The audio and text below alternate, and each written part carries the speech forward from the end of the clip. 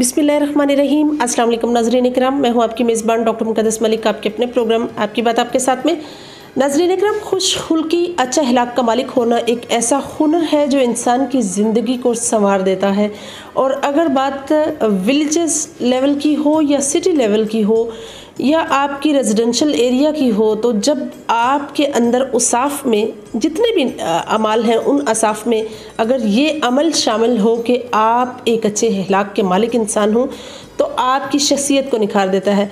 आज हम मौजूद हैं यूसी नूरा मंडाला में और गांव डपई में, और आपकी मुलाकात एक ऐसी समाजी शख्सियत से करवाते हैं जिनका ख़ानदान बैकग्राउंड पर अगर बात करें तो उनके नाना जो है वो PMLQ के कारकुन थे, रहनुमा थे। उनके वालिद के नाना चौधरी शुबास खान नंबरदार, जिन्होंने सबसे पहले इस इलाका में PMLQ को वेलकम किया, या दूसरे लफ्ज़ों में ये कहें कि चौधरी ज़हूर अली शहीद साहब जो हैं, जब वो डिस्ट्रिक्ट बोर्ड के मेंबर थे तो उनको सबसे पहले आप PMLQ के साथी बने, कारकुन बने, और आपने उनको वेलकम भी किया और उनका साथ भी दिया। तो इसी तरह से वालिद की बात करें तो चौधरी मुराद अली उनके वालिद थे जो माहिर तालीम थे। उन्होंने अपने ज़माना में, अपनी एज में, अपने इलाका में तालीम को बहुत ज़्यादा आम किया और हर इंसान की तक़वियत तक तालीम को आम किया ताकि हर इंसान की के पेश रफ्त रहे। तो आइए नाज़रीन इकराम, हम देखते हैं कि PMLQ के हवाले से उनकी सरगर्मियाँ क्या हैं और चौधरी जावेद साहब किस तरह से उनके बेटे और वो दोनों मिलकर जो है PMLQ की नुमाइंदगी करते हैं इस गांव से। तो आइए उनसे डिस्कस करते हैं डुपई की सिचुएशन पर कि यहाँ कौन कौन से प्रॉब्लम्स हैं, कौन कौन से इशूज़ हैं, और सबसे ज़्यादा बात करते हैं इस वर्क पर कि हुसैन अली साहब ने NH 68 में कौन कौन सा काम किया। अस्सलाम वालेकुम जी। वालेकुम अस्सलाम। जो सबसे पहला मेरा आपसे सवाल ये है कि आप एज ए प्रोफेशन पटवारी भी थे, आपके वालिद माहिर तालीम थे, और इसी तरह से अगर बात करें सियासत की तो उनके नाना जो है वो सियासत में भी थे और ये कड़ी जो है आपके साथ अटैच होती थी। बचपन से लेकर जवानी तक का आपका सफ़र कैसा गुजरा? बिस्मिल्लाहिर्रहमानिर्रहीम, बिस्मिल्लाहिर्रहमानिर्रहीम। मेरा तल्लक एक ज़मींदार घराने से है। मैं 1/6 को पैदा हुआ। जिस वक्त मैं पैदा हुआ तो इब्तदा में बचपन से ही मेरे वालिद साहब जो थे वो टीचर थे। और साथ साथ जो उनके नाना थे वो इस गांव के नंबरदार थे, और उनका बेटा कोई नहीं था। जो हमारी दादी थी वो उनकी अकलौती औलाद थी। सही। इस लिहाज से उनकी तरफ से सियासी या नंबरदारी का जो सिलसिला है वो मेरे बुज़ुर्गों की तरफ मुंतकिल हुआ। हमारे इस ज़िला में मेन 2 बरादरी हैं, गुजर बरादरी और जाट बरादरी। जी। जाट में सारे जाट चीमे बड़े सारे आ जाते। मेरे वालिद के नाना साहब का तल्लक इब्तदा में चौधरी मुज़फ़्फ़र खान, जो चौधरी गुलनवा साहब के वालिद थे, जिनका तल्लक जलालपुर जट्टा से था, वो उनके साथी थे। उसके बाद मेरे वालिद साहब जो थे वो टीचर थे, और उस वक्त ये तमाम महकमा जात जो थे वो डिस्ट्रिक्ट बोर्ड के मतहत थे। उन चौधरी मुज़फ़्फ़र खान साहब के साथ होने की वजह से मेरे वालिद जो टीचर थे उनको नवाबज़ादा ग्रुप का वो उनके ज़ेरे ताब आ गए। उनका मुख्तलिफ चंद एक सालों में मुख्तलिफ गाँव में उनका तबादला होता रहा। और जब चौधरी ज़हूर अली साहब डिस्ट्रिक्ट बोर्ड के मेंबर बने तो जो उनके इब्तदाई साथी थे उनमें मेरे वालिद साहब जो थे वो भी उनमें शामिल थे। उनके काफ़िले में वो भी शुमार थे। उस वक़्त से लेकर आज तक हमारा तल्लक ना, मैं ये कहूँ, मुझे ये बात करने में कोई हिचकिचाहट नहीं है, हमारा तल्लक ना काफ लीग से है, हमारा तल्लक ना नून लीग से है, हमारा तल्लक ना पीपल्स पार्टी से है, हमारा तलक जो है वो चौधरी बरादरान के साथ है। अगर वो नून लीग में है तो हम नून लीग में हैं, अगर वो पीपी में है तो हम पीपी में हैं, अगर वो काफ लीग में है तो हम काफ लीग में। बुजुर्ग मेरे ये फरमाया करते थे कि चौधरी ज़फ़रुल्लाह साहब इंतहाई फ़र्द शनास हैं। हर एक आदमी को, खा वो गरीब है खा वो अमीर है, अगर वो खाने पर बैठे हैं तो वो उन सब को साथ लेकर बैठते थे।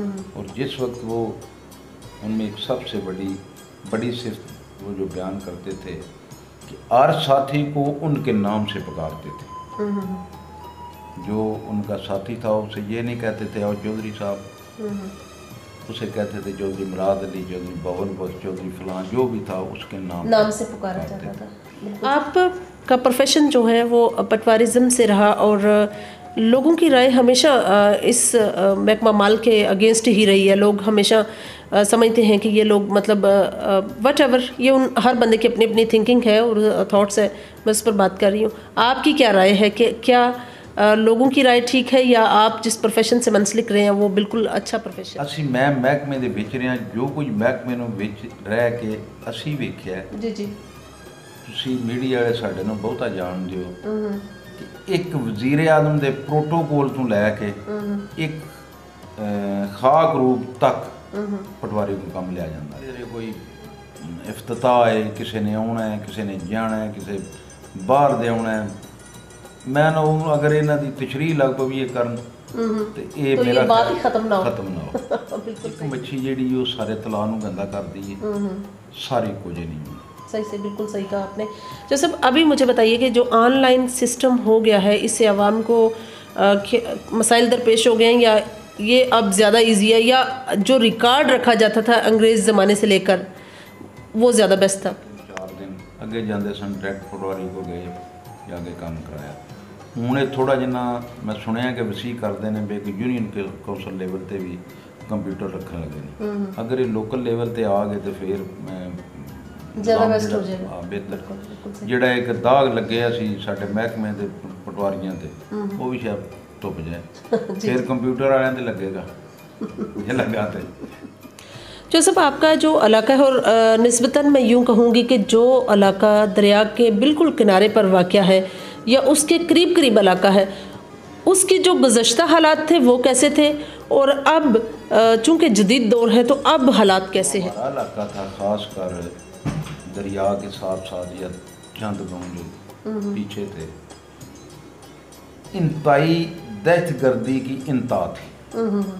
ना लोग घरों में महफूज थे, ना लोग बाहर महफूज थे, लेकिन चौधरी बरादरान ने ये अपना किरदार अदा करते हुए वो चौधरी बरादरान ने उन्होंने लोगों के राजीनामे भी कराए ने।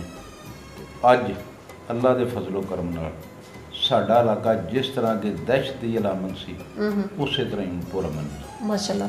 जो सब इसी बात को मद्देनज़र रखते हुए आप अपने इलाका के लोगों को और स्पेशली डपई के लोगों को आप क्या मैसेज देंगे? हमारा छोटा सा गांव है जी जी,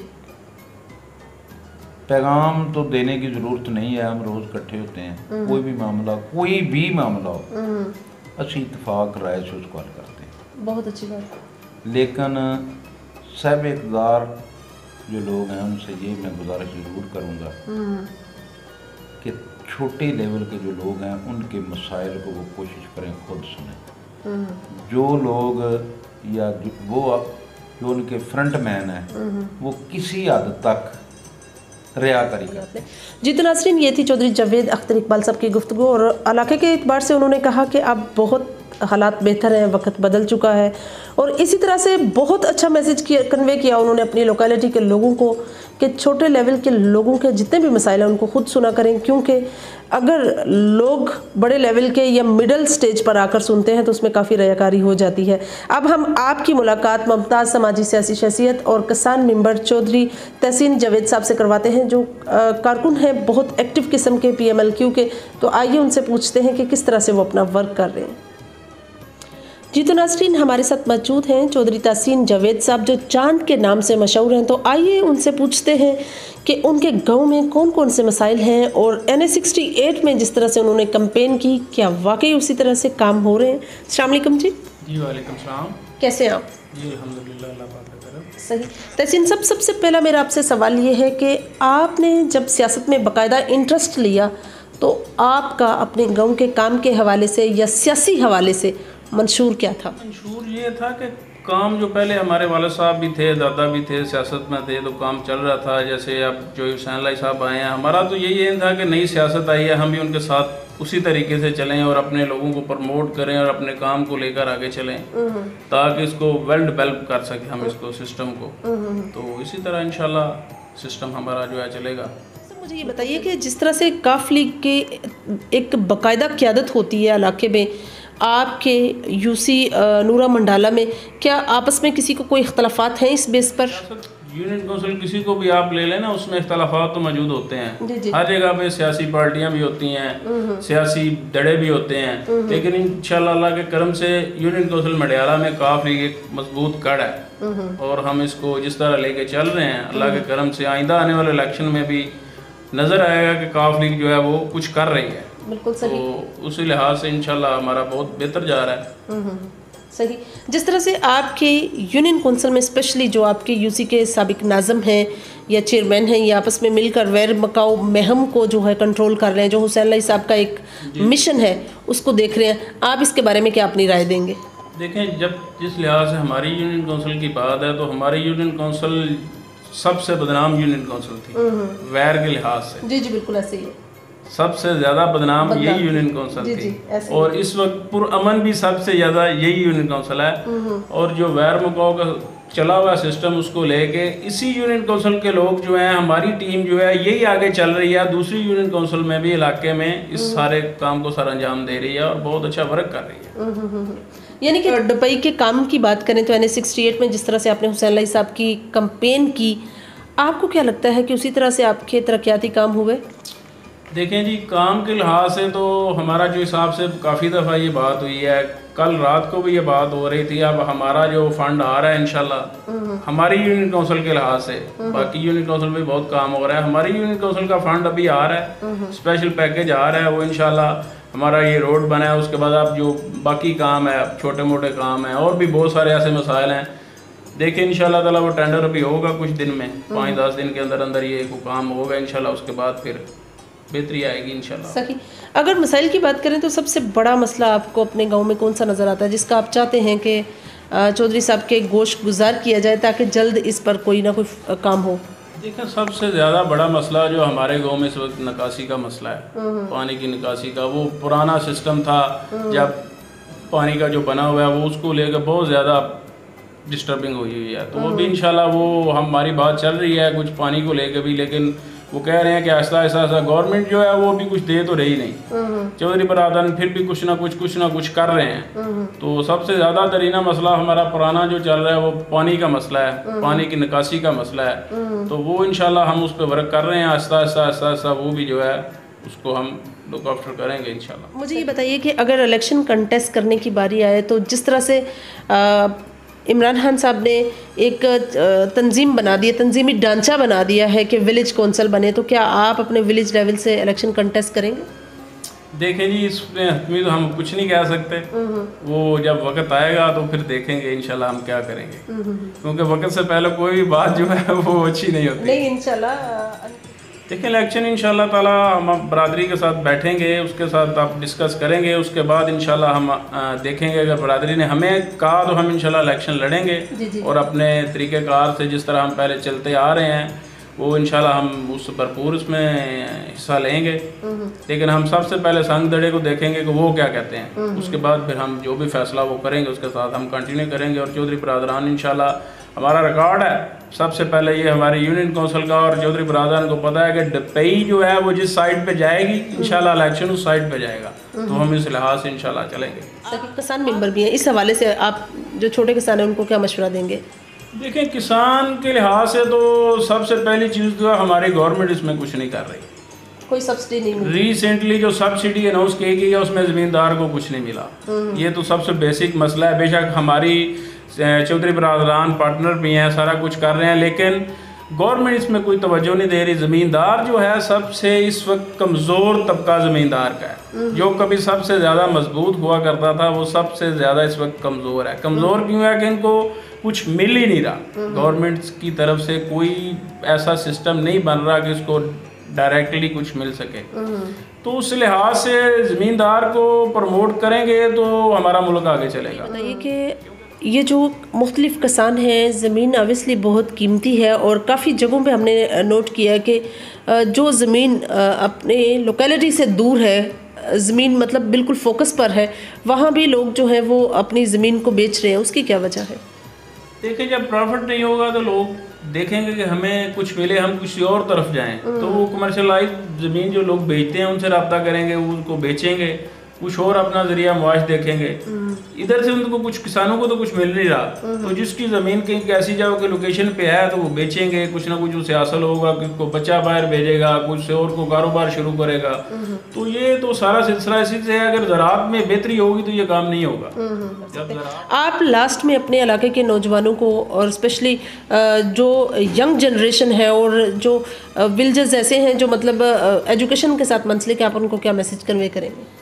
देखें जी, बेसिक जो हमारे ज़िला गुजरात का जो हम देख रहे हैं एजुकेशन के लिहाज से, हमारी यंग जनरेशन जो कहती है हमने एक ही काम करना है, हमने यूरोप जाना है। सही। तो वो यंग जनरेशन अगर यूरोप भी जाएगी तो अगर तालीम के साथ जाएगी तो वो कुछ बेहतर कर सकेगी। अपनी तालीम को अच्छे से कंटिन्यू करें, तालीम होगी तो वहाँ जाके कुछ होगा। तो ये सबसे बड़ा मसला इस वक्त चल रहा है कि तालीम का फुकदान है जो यंग जनरेशन हमारी चल रही है उसमें, क्योंकि वो सबसे ज़्यादा तरजीह देते हैं कि हम बाहर जाएं, पैसा कमाएं। वो तालीम होगी तो वो बेहतरी आएगी। तो आप तालीम के साथ रास्ता होंगे तो यहाँ भी आप कुछ ना कुछ अच्छा कर सकते हैं। जी तो नाज़रीन, ये थी चौधरी तहसीन जावेद साहब की गुफ्तगू और ज़मीन के हवाले से, ज़राअत के हवाले से जो उन्होंने बात की काबिल गौर है और हुकूमत को चाहिए कि इस पर जितना हो सके फोकस करे और किसान को जितनी हो सके सपोर्ट मिले, जितना हो सके सब्सिडी दी जाए इनको। और साथ ही साथ यूसी मंडाला की अगर बात करें तो यहाँ स्पोर्ट्समैनशिप को फ़रोग नहीं दिया जा रहा। उसकी बेवजह कई मसाइल हैं जो हल करने की ज़रूरत है। और इस गांव में अगर डपई की बात करें तो यहाँ नकासी आपका बहुत बड़ा प्रॉब्लम है, तो इसका सलूशन मस्ट होना चाहिए। इंशाल्लाह हमारी और आपकी मुलाकात होगी फिर किसी नए प्रोग्राम में। तब तक के लिए इजाज़त चाहते हैं। अल्लाह हाफिज़।